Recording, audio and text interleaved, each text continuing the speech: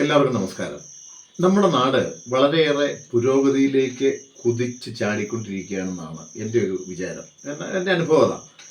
നമ്മൾ പുരോഗതിയിൽ നിന്ന് പുരോഗതിയിലേക്ക്, ഇല്ല ഉയർച്ചയിൽ നിന്ന് ഉയർച്ചയിലേക്ക്, ഇല്ല ഉണർവിലേക്ക് എന്നൊക്കെ പറയുന്ന പോലെ എല്ലാ കാര്യങ്ങളും നമ്മൾ മുന്നേറിക്കൊണ്ടിരിക്കുകയാണ് എന്നാണ് എൻ്റെ ഒരു കാഴ്ചപ്പാട്. ഞാൻ ഇത് പറയാൻ കാരണം, ഇന്ന് ഞാൻ ഒരു വസ്തുവിൻ്റെ കരമടയ്ക്കാൻ വേണ്ടി ഒരു അക്ഷയ സെൻറ്ററിനെ സമീപിച്ചു. ശ്രദ്ധിക്കണം, അക്ഷയ സെൻ്ററാണ്. സാധാരണ നേരത്തെ നമ്മൾ കരമടച്ചുകൊണ്ടിരുന്നത് വില്ലേജ് ഓഫീസിലോ ഒക്കെ ആയിരുന്നു. ഇപ്പം നമ്മൾ ഇങ്ങനെയുള്ള ഒരു കാര്യങ്ങൾക്കും ഈ വില്ലേജ് ഓഫീസിലോ ഇല്ലെങ്കിൽ താലൂക്ക് ഓഫീസിലോ പഞ്ചായത്ത് ഓഫീസുകളിലോ ഇങ്ങനെ ഒരു സ്ഥലത്തേക്ക് നമ്മൾ പോകേണ്ട കാര്യമില്ല. ഇതിനൊക്കെ അക്ഷയ സെൻ്ററുകൾ ഉണ്ട്. നമ്മൾ അവിടെ ചെന്നാൽ മതി. അപ്പോൾ അതിൻ്റെ അവർക്ക് ഒരു ഫീസ് കൊടുത്താൽ മതി. ഇപ്പോൾ ഒരു കരമടയ്ക്കാണെങ്കിൽ 30 രൂപ, 40 രൂപ, ഇല്ല 50 രൂപ. അത് ഓരോ പ്രാദേശികമായിട്ടുള്ള അക്ഷയ സെൻ്ററുകാരൻ്റെ സൗകര്യം പോലെ അവൻ ആ ഫീസ് വാങ്ങിക്കും. അപ്പോൾ നമുക്ക് പിന്നെ ഒന്നെങ്കിൽ അപ്പോൾ തന്നെ, ഇല്ലെങ്കിൽ പിന്നീട് എപ്പോഴും 7 ദിവസത്തിനകോ അതിൻ്റെ ഒരു കണക്കുണ്ട്. അപ്പോൾ ആ രസീത് നമുക്ക് തരും.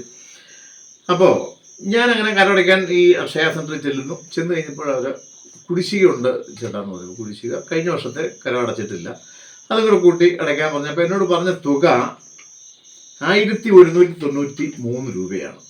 2 വർഷത്തെ 1093 രൂപ. അപ്പോൾ ഒരു വർഷത്തെ കണക്ക്, അപ്പോൾ ഒരു വർഷം എത്രയാണെന്ന് ചോദിച്ചപ്പോൾ അത് ആ റെസിപ്റ്റിനകത്ത് എഴുതിയിട്ടുണ്ടല്ലോ എന്ന് പറഞ്ഞാൽ നോക്കുമ്പോൾ 496 രൂപയാണ് ഒരു വർഷത്തെ കണക്ക്. അപ്പം ഞാൻ പെട്ടെന്ന് കണക്ക് കൂട്ടി നോക്കിയപ്പോൾ എനിക്ക് ആ ഒരു തുക അങ്ങോട്ട് ടാലി ആകുന്നില്ല. അപ്പോൾ കൃത്യമായിട്ട് ഞാൻ പയ്യനോട് ചോദിച്ചു, അവിടെ ഇരുന്ന അക്ഷയയിലിരുന്ന ആ സഹോദരനോട് ചോദിച്ചു ഇതെന്താണ് ഇങ്ങനെയെന്ന് ചോദിച്ചപ്പോൾ പുള്ളി അത് മനസ്സിലാക്കി തന്നു. ഈ ഒരു വർഷത്തെ കുടിശ്ശിക 496, അതിൻ്റെ പലിശ 61 രൂപ. 61 രൂപ. അപ്പോൾ അങ്ങനെ 2 വർഷം അങ്ങനെ പോകുന്നു. അത് എപ്പോഴും ആകുന്നില്ലല്ലോ. അപ്പോൾ ഞാൻ വീണ്ടും ചോദിക്കുന്നപ്പോൾ അതിൻ്റെ താഴെ എഴുതി വെച്ചേക്കുന്നു കർഷക തൊഴിലാളി ക്ഷേമനിധി തൻവർഷം 61 രൂപ, കുടിശ്ശിക 61 രൂപ, അതിൻ്റെ പലിശ 18 രൂപ. ഇത്രയും സംഭവങ്ങൾ കൂട്ടിയപ്പോൾ 1193 ആയി. അപ്പം ഈ കർഷക തൊഴിലാളി ക്ഷേമനിധി എന്ന് പറഞ്ഞാൽ അത് കർഷക തൊഴിലാളി ക്ഷേമനിധി, കർഷകരിൽ നിന്ന് ക്ഷേമനിധി പിടിക്കുന്നുണ്ടെന്ന് എൻ്റെ ഒരു വിചാരം. അപ്പോൾ അവരിൽ നിന്ന് ഒരു സംഖ്യ മാസം ഒക്കെ പിടിച്ചിട്ട് അവർക്ക് പ്രായം ആകുന്ന സമയത്ത് 60 വയസ്സോ 55 വയസ്സോ ആകുന്ന സമയത്ത് അവർക്ക് ആ ഫണ്ടിൽ നിന്ന് കൊടുക്കുന്ന ഒരു പെൻഷനുണ്ട്. സാധാരണ വാർദ്ധക്യ പെൻഷൻ കൂടാതെ കൊടുക്കുന്നൊരു പെൻഷനാണ്. അപ്പോൾ ഒരു കാര്യം നമ്മൾ ശ്രദ്ധിക്കണം, വാർദ്ധക്യ പെൻഷൻ കിട്ടുന്നവർക്ക് കർഷക പെൻഷൻ കിട്ടില്ല. ഇതിൽ ഏതെങ്കിലും ഒരു പെൻഷൻ, വിധവ പെൻഷനോ ഇല്ലെങ്കിൽ വികലാംഗ പെൻഷനോ ഏതെങ്കിലും ഒരു പെൻഷനെ സാധാരണ നമ്മുടെ ഈ കേരളത്തിൽ ഒരാൾക്ക് കിട്ടൂ.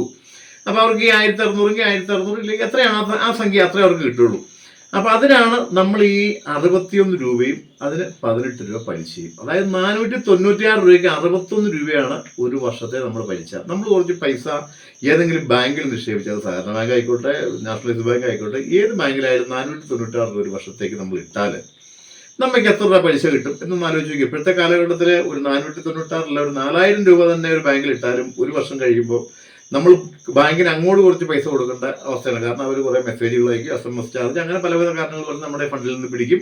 അവസാനം മതിയായ ബാലൻസ് കാണിച്ചില്ല എന്നുള്ള ഇതിൽ നമ്മുടെ അക്കൗണ്ട് ഫ്രീസ് ചെയ്യുന്ന, ഇല്ലെങ്കിൽ നമ്മൾ വീണ്ടും അങ്ങോട്ട് പൈസ കൊടുക്കുന്ന ഒരു സംവിധാനത്തിലേക്കാണ് പോകുന്നത്. അപ്പോൾ ഇതിങ്ങനെ ഇത്രയും കാര്യമായിട്ട് നോക്കി കഴിഞ്ഞപ്പോൾ ഞാൻ അതിനു മുമ്പ് അടച്ച കുറച്ച് രസീതുകൾ തപ്പിയെടുത്തപ്പോൾ 2013 ഞാൻ അടച്ചിട്ടുള്ളത് 198 രൂപയാണ്. ഇതേ വസ്തുവിന് 198 രൂപ. ഇപ്പം 2024 ആയപ്പോൾ 496.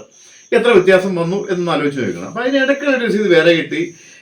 2021 20-21 വർഷം 310 രൂപ. അതായത് 198 നിന്ന് ഇടയ്ക്ക് 310 ഇടയ്ക്ക് 496. അപ്പോൾ നമുക്ക് പുരോഗതി ഉണ്ടല്ലോ, നമുക്ക് ഉയർച്ചയുണ്ടല്ലോ. അപ്പോൾ ഈ ഉയർച്ച ഇല്ലാത്ത എവിടെയാണ്? സാധാരണക്കാരൻ്റെ ജീവിതത്തിൽ അവർക്ക് ഉയർച്ചയില്ല. ഇല്ലെങ്കിൽ സാധാരണ പെൻഷൻകാർ, വാർദ്ധക്യ പെൻഷൻ ആയിക്കോട്ടെ, വികലാംഗ പെൻഷൻ ആയിക്കോട്ടെ, അങ്ങനെയുള്ള പെൻഷൻകാർക്ക് ഒരു ഉയർച്ചയില്ല. നമുക്കറിയാം, നമ്മൾ ഇപ്പോൾ ഈ പെട്രോളിനും ഡീസലിനും ഒക്കെ സെസ് പിരിക്കുന്നുണ്ട്. സെസ് 2 രൂപ വെച്ച് സെസ് പിരിച്ച്, അത് നമ്മുടെ മന്ത്രിമാരൊക്കെ പറഞ്ഞ ഒരു കാരണം എന്ന് പറഞ്ഞാൽ അത് ഈ വാർദ്ധക്യ പെൻഷൻ കൊടുക്കാൻ വേണ്ടിയാണ് ഈ സെസ് പിരിക്കുന്നത്. അപ്പോൾ ഈ വാർദ്ധക്യ പെൻഷൻ ഈ 1600 കൊടുക്കാൻ വേണ്ടി സെസ് പിടിച്ചാലേ കിട്ടൂ എന്നൊരു അവസ്ഥ നമ്മുടെ ഇവിടെയുണ്ട്. അപ്പോൾ അതുപോലെ സർക്കാർ ഉദ്യോഗസ്ഥന്മാർക്ക്, ഇല്ലെങ്കിൽ ഈ MLA-മാർ, MP-മാർ, അവരുടെ സ്റ്റാഫുകളൊക്കെ പിരിയുന്നവർക്കുള്ള പെൻഷൻ കൊടുക്കാനും ഇതുപോലെ സെസ് പിരിക്കുന്നുണ്ടോ എന്നുള്ളൊരു ചോദ്യം അവിടെ അവശേഷിക്കുകയാണ്. അപ്പോൾ എൻ്റെ ചോദ്യം അതുമല്ല. നമ്മൾ ഈ 496 രൂപ നമ്മുടെ ഭൂമിക്ക്, നമ്മൾ വില കൊടുത്ത് വാങ്ങിയ ഭൂമിക്ക് ഒരു കരം, അവർ നിശ്ചയിക്കുന്ന കരം, അത് കാലാകാലങ്ങളിൽ സാമ്പത്തിക ഞെരുക്കം ഉണ്ടാകുന്നതനുസരിച്ച് ആ കരം വർദ്ധിപ്പിക്കുന്നു. ആ കരം കൊടുക്കേണ്ടത് നമ്മൾ ആ സമയത്ത് കൊടുത്തില്ലെങ്കിൽ, ഒരു വർഷം കുടിശ്ശിക വന്നാൽ 61 രൂപ, അതായത് 496 രൂപയ്ക്ക് 61 രൂപ പലിശ ഈടാക്കാമെങ്കിൽ ഈ 1600 രൂപ ഒരു മാസം കൊടുക്കുന്ന ഒരു സാധാരണ ഒരു പെൻഷൻകാരന്, ഒരു വാർദ്ധക്യ പെൻഷനോ ഇല്ലെങ്കിൽ ഏത് തരത്തിൽപ്പെട്ട പെൻഷൻകാരനായാലും അവന് എത്ര രൂപ പലിശ കൊടുക്കേണ്ടി വരും? ഇപ്പം 6 മാസം കുടിശ്ശികയുണ്ടെന്ന് പറയുന്നു, 2 മാസത്തെ പെൻഷൻ ഇപ്പോൾ കൊടുക്കുന്നു. അപ്പോൾ ഈ ബാക്കിയുള്ള 4 മാസത്തെ ഇപ്പം കൊടുക്കുമ്പോൾ ഈ 6 മാസത്തെ പെൻഷൻ്റെ പലിശ കൂടി ചേർത്ത് വേണ്ട ഇവന് കൊടുക്കാൻ.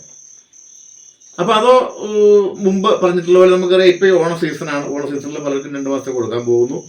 ഈ ഉദ്യോഗസ്ഥന്മാർക്ക് കഴിഞ്ഞ ദിവസം ഞാൻ തന്നെ ഇത് പറഞ്ഞു, ഒരു പത്ര വാർത്ത ഞാൻ നിങ്ങളെ വായിച്ചു കേൾപ്പിച്ചു. ഇവർക്ക് ബോണസായിട്ട് 4000 രൂപ കൊടുക്കുന്നു, ഓണം അഡ്വാൻസ് ആയിട്ട് 20,000 രൂപ കൊടുക്കുന്നു. അതൊക്കെ 10,000-ങ്ങളോ ലക്ഷങ്ങളോ ഒരുപക്ഷെ ശമ്പളം വാങ്ങിക്കുന്ന ആളുകൾക്കാണ് ഈ ഇത് കൊടുക്കുന്നത്. ആ കൊടുത്ത് ഒരു കാര്യം നമ്മൾ ഓർക്കണം, ലാഭത്തിൽ പ്രവർത്തിക്കുന്ന ഒരു സംഭവത്തിൻ്റെ ലാഭവിഹിതത്തിൽ നിന്നാണ് ഈ ബോണസ് എടുത്ത് കൊടുക്കുന്നത്.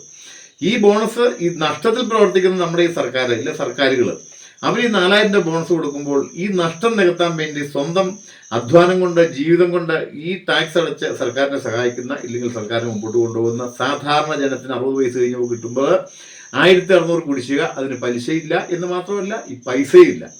അല്ലാത്തവർക്ക് ശമ്പളം കൊടുക്കാൻ ഇല്ലെങ്കിൽ പെൻഷൻ കൊടുക്കാൻ 3,000 കോടി 2,000 കോടി കടമെടുക്കാം, അത് കൊടുക്കാം. അതിനും പലിശ ആര് കൊടുക്കണം? ഈ സാധാരണ ഈ 1600 പെൻഷൻ വാങ്ങാനിരിക്കുന്ന ആൾ കൊടുക്കണം, അതും ഇല്ലെങ്കിൽ അവരെ പോലെയുള്ള സാധാരണ ആളുകൾ കൊടുക്കണം. അപ്പം ഇതിനൊരു മാറ്റം വരേണ്ടത് അത്യാവശ്യമല്ല. ഇത്രയും വർധനവ് നമ്മുടെ ബാക്കിയുള്ള നമ്മുടെ ജീവിത ചെലവുകളിൽ, അതുപോലെ തന്നെ ബാക്കി ജീവിതത്തിൽ എല്ലാവിധ ചെലവുകളും നമുക്ക് വർദ്ധിച്ചിട്ടുണ്ട്.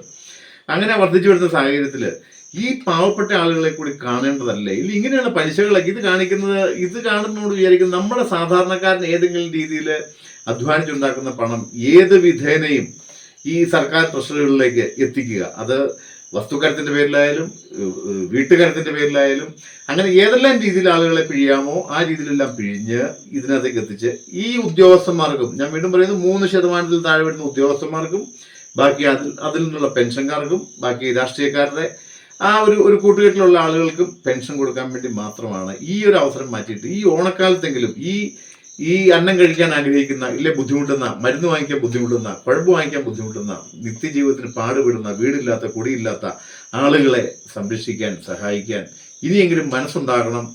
അപ്പം ഇങ്ങനെയുള്ള പലിശകളൊക്കെ വാങ്ങുന്നതിന് കുഴപ്പമില്ല. ആ പലിശ വാങ്ങുമ്പോൾ ഈ 1600 കാരണം ആ പലിശ കൂടി ചേർത്ത് കൊടുക്കാനുള്ളൊരു മനസ്സുണ്ടാകണം എന്ന് അഭ്യർത്ഥിച്ചുകൊണ്ട് നിർത്തുന്നു. നന്ദി, നമസ്കാരം.